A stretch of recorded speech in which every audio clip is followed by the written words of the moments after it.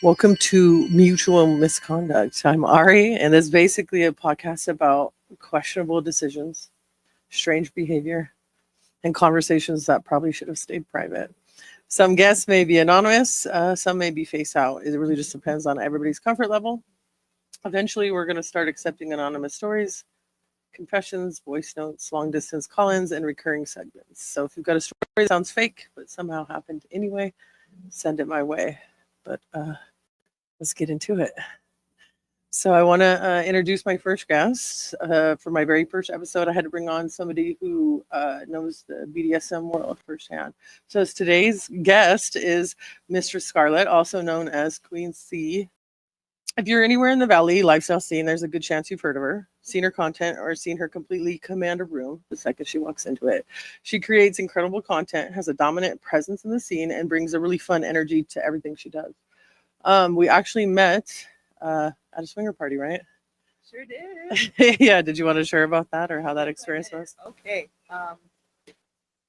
My very first swinger party, I arrived as a solo female.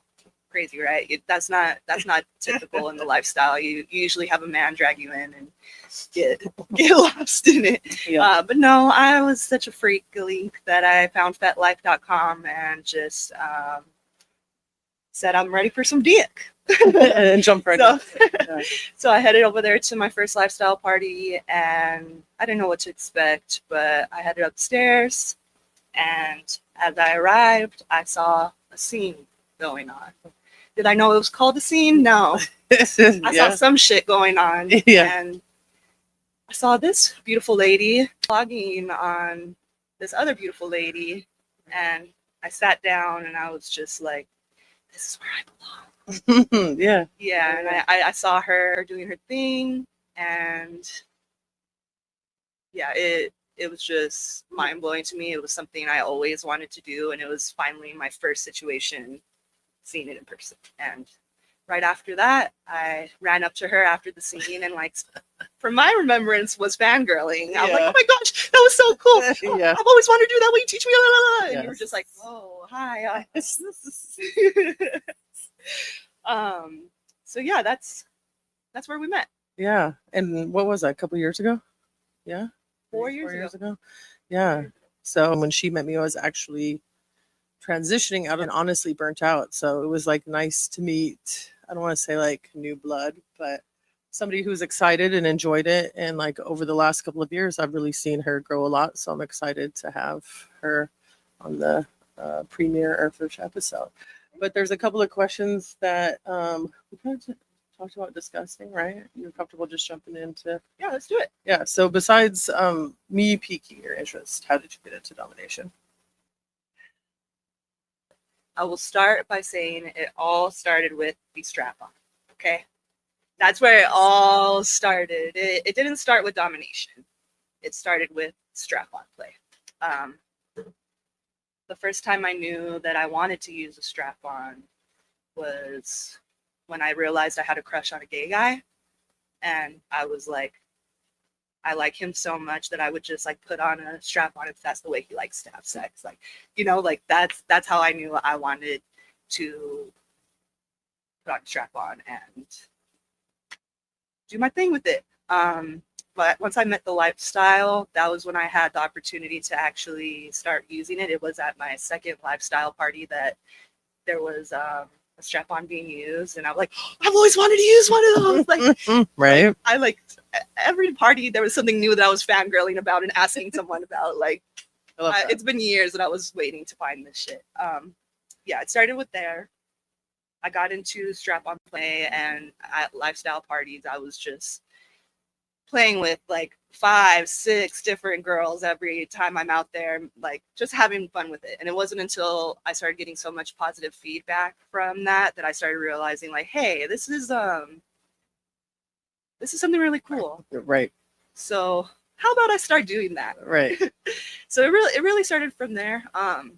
As far as like domination goes, I have always had a little bit more of a dominant personality, but in a way more non-submissive than dominant. There's a difference of being non-submissive and being a dominant person it wasn't until I found the lifestyle and I found how much power I had in my strap-on and other sort of skills that happen in those party scenes.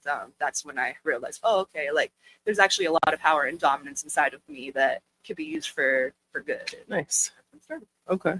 And what do you think is the biggest misconception people have about, we'll say, lifestyle or doms?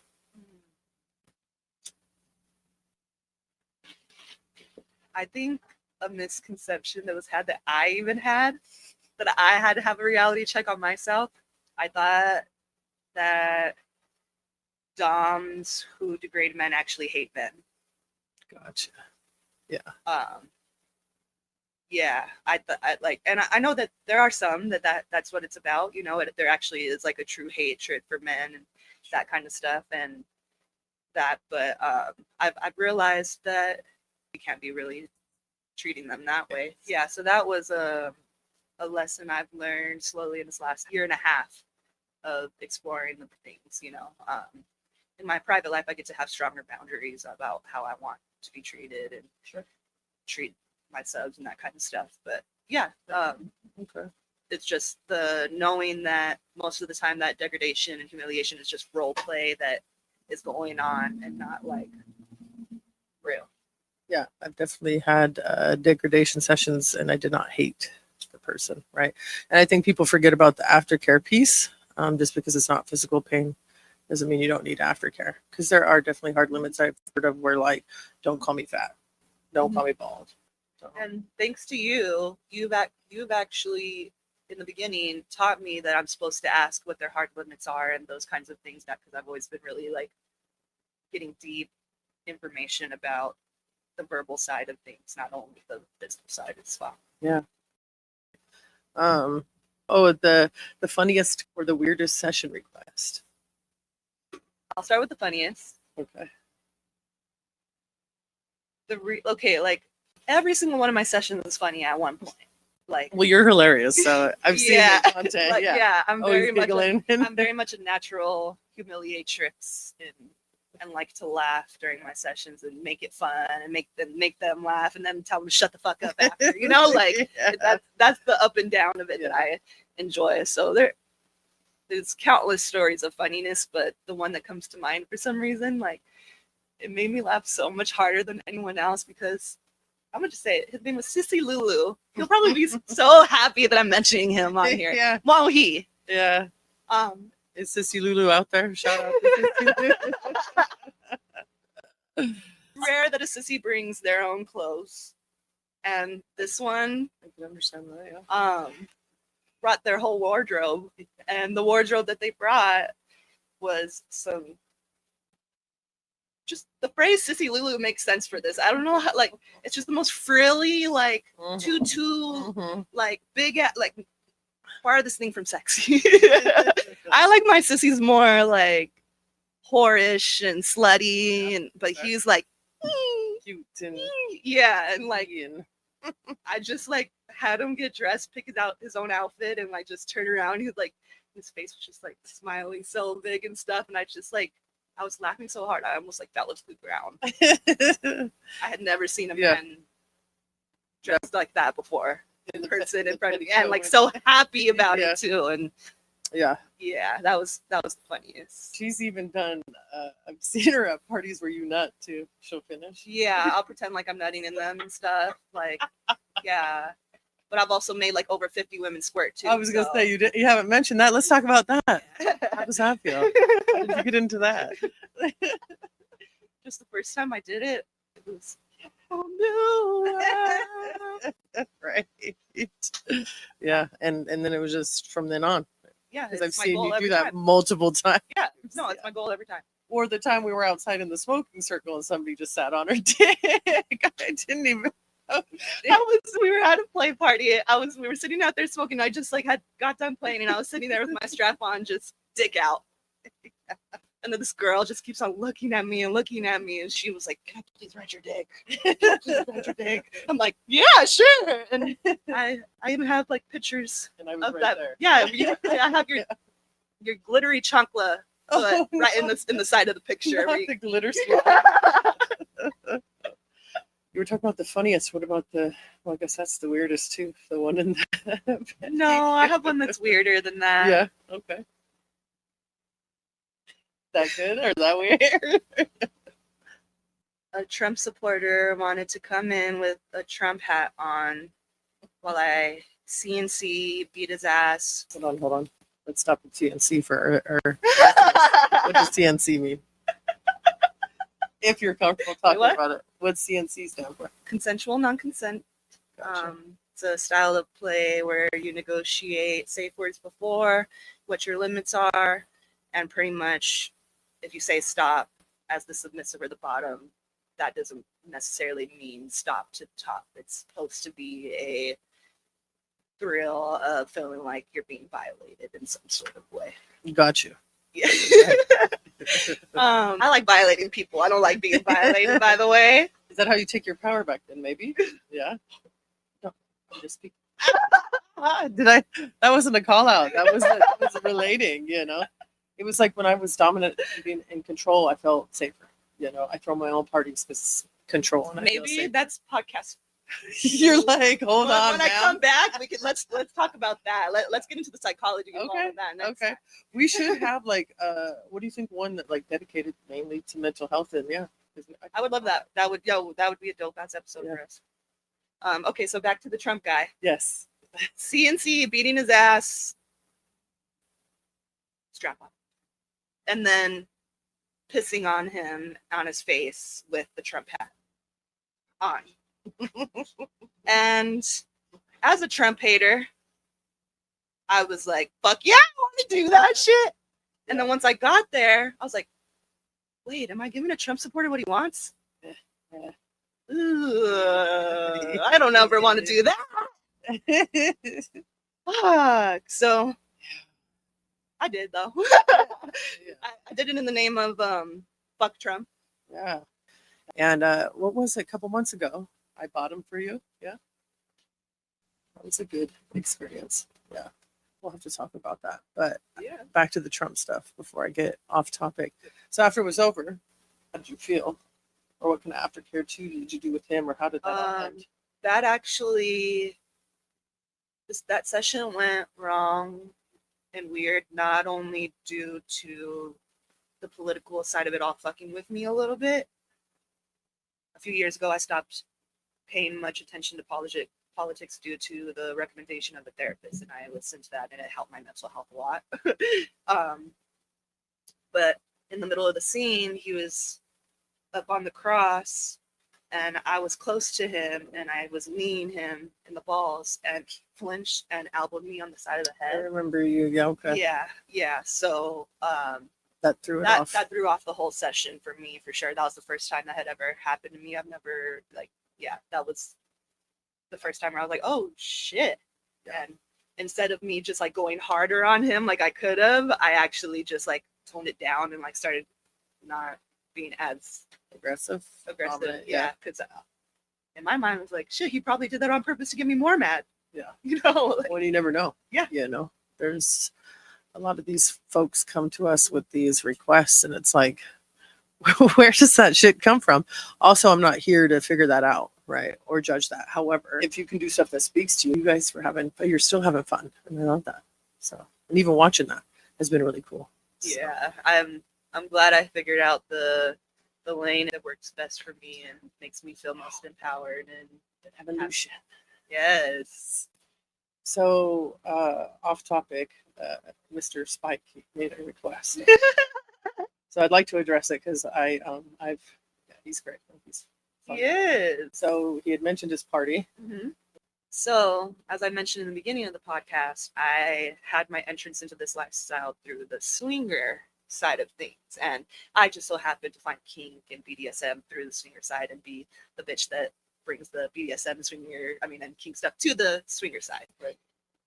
Finally, I heard of Spike's parties, and I was like, oh, it sounds like this is actually Kink and BDSM. This is where people won't look at me as crazy for the shit that I want to do, actually. As hardcore as I want to do, you know, and I'm going to get to see some hardcore shit. So. And no sex at those parties, typically. Typically, I believe it is allowed. It's just that it's so Kink-centric that It's just no one gives a fuck about that. I definitely was strapping at that party, so there's sex there. Yes, but, right. but yeah, if you are into BDSM, if you're a sadist, a masochist, exhibitionist, voyeur, you know, like all the things, it's just kinky wonderland over there. Right. So my first experience there, I had known him prior to it. And so that was more comfortable for me. But the fire pit outside got a great spread. Food is good. So the amenities are there. And, you know, you feel like he's genuinely doing it for the community. So there's that. He's somebody that I felt safe with and I had a good time with. So, yeah. What else? You just did mostly strap on there? Oh, I did electro, impact on the cross, impact on spanking bench. They have a warehouse full of different kink furniture, and I tried to use as many as I could. I beat someone who was tied up and suspended, like a pinata, spun him around and hit him. Yeah, and I said, "Oh, look, you're a pinata." You know, I always got to do that every time. I love that. Yeah, it was funny because when I went, it was last minute, and you know, I walked around, checked out some things. I got hit on by this woman. We talked for a little bit. She was cool. We have to go and do a scene. Yeah. Okay. And I saw somebody golden a GS in that big bathroom outside. Yeah, the whole little crowd got around, and it was somebody that I met at like my very first kink parties, and I was like, "Look at you!" Like I like watching that growth and that evolution of people figuring out their spaces and what feels comfortable and stuff. He was down in the shower stall, just hung out, ready to go. Yeah. For the people watching, she went. Thank you. I didn't piss on anyone there, but I got to pee outside there because there's signs everywhere next to the restroom that say, if there's a line, piss outside. So I was like, yeah, and I recorded it and degraded the cameras. I did it. It was great. Got some content out of it. Yeah. Speaking of your content, shout out to you. You always give me the sneak peeks on the content. I appreciate that. For 4 years, I've been sending you my. Yeah. I just say, you want to see this? Yes. Yeah. What do you mean? Yes.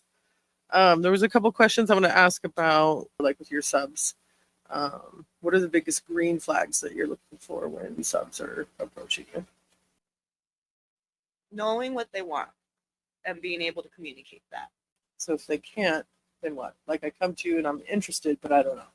And I don't know how to put that into words. So first I send them my form that I use. It's BDSM-limits.com. I send that to them, and on there it fills out like from red to green, I think 100 different kinks. Nice. Including the degradation, humiliation, about how hard you want it, how soft you want it, like everything. Okay. So that's what I start with every submissive who approaches me, so that if they can't voice it, I have it on paper or on phone. And then is there a process for you as far as whose lifestyle, or they mix, or lifestyle? I'm definitely more looking for femme subs and such. Like I'm very much a sapphic dom. I do have a male partner who's like my 24/7 submissive, but typically I'm looking for submissive women. It would definitely be lifestyle for that. And then as far as men go, so I want them to prove their worth, and then if I feel like they contribute enough to my life, then I'd love to move them to there. Okay. Back to what you're talking about with the women, how would they approach you then if that's what they're interested in? Typically they just approach me starting with wanting to ask for a scene and that kind of stuff. And it goes from there. Yeah. What are some of the funner scenes you've had with women? Oh, the squirting was always a great show. I know that. So it's funny that you mentioned that, because I thought about right now, I was in Florida with my friend Max. Flew me out there for my birthday month. He wanted to spend some time with me, take me to this club out there called Eyes Wide Shut.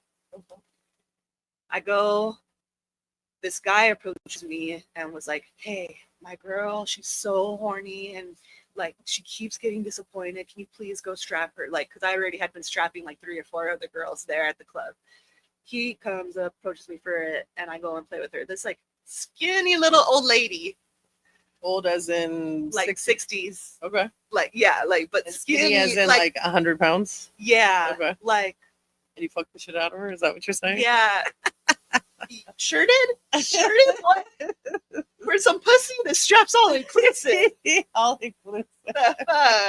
Sure did. I just my hips don't lie. I need to move them. But the reason why it was a good story for me is because of how many towels it took to clean up. Literally 7 towels and drenched. Like I had never fucked someone that squirt that much. Like every pump was. Oh, I'm so sorry. But I love that for you. Yeah. Yeah. Oh, that's great. I was in Wonderland. Yeah, you're giving experiences. Yeah. I love it. I know she thinks about me just like I think about her. What screams a sub is new? And are you open to newbies? What screams a sub is new to me is the way that they communicate. Whether they're using honorifics or not, the way that they're asking questions, whether it's more self-centered questions or more service-oriented questions. That's typically where I sense new energy. It's when their communication is questionable. Because most who I've dealt with mistresses have already gone through a little bit of training about the way that you're supposed to speak to one. Okay. And are you open to helping somebody become more emotionally aware and intelligent? Oh, yeah. Able to 100%. As long as they respect the okay. I'm actually prefer newbies because I'm not. I've had many. I've even like gotten reviews from some of them to be able to get feedback on it. Always, I love that. Yeah, and it really is a special experience to be able to be that safe person to like allow someone to explore something that they've always wanted to explore. So Yeah. I really cherish that. Yeah, and in a way that honors you too, and that's I think how I got exhausted because I didn't kind of sit in like what's fun for me too, so now it's better because I've been exploring that, and I think just back to the very beginning with the misconception piece, it was just like people think all different ideas about people that are dominant, and it's like I don't feel like I'm dominant, but I know how you can serve me. I know how you can be useful. I know how you can make my life better, Yeah, it's been a really cool experience and evolution with you for sure. We were very different places in life when we met.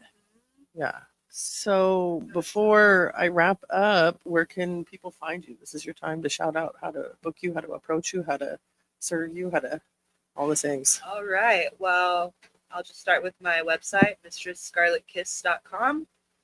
On there, you can see all of my socials, all of my sites that I sell content on. I'm on a lot of different sites, but I'm going to be focusing on loyal fans most going forward. Follow me on Instagram, The Strap Queen, and on FetLife, The Strap Queen. And so it's going to be THEE Strap Queen. Okay. FetLife and Instagram. And I just got my X account back. Got it yesterday. Back with all the. Yes. Okay. Yes. Yeah, because you got what, 20, 30K?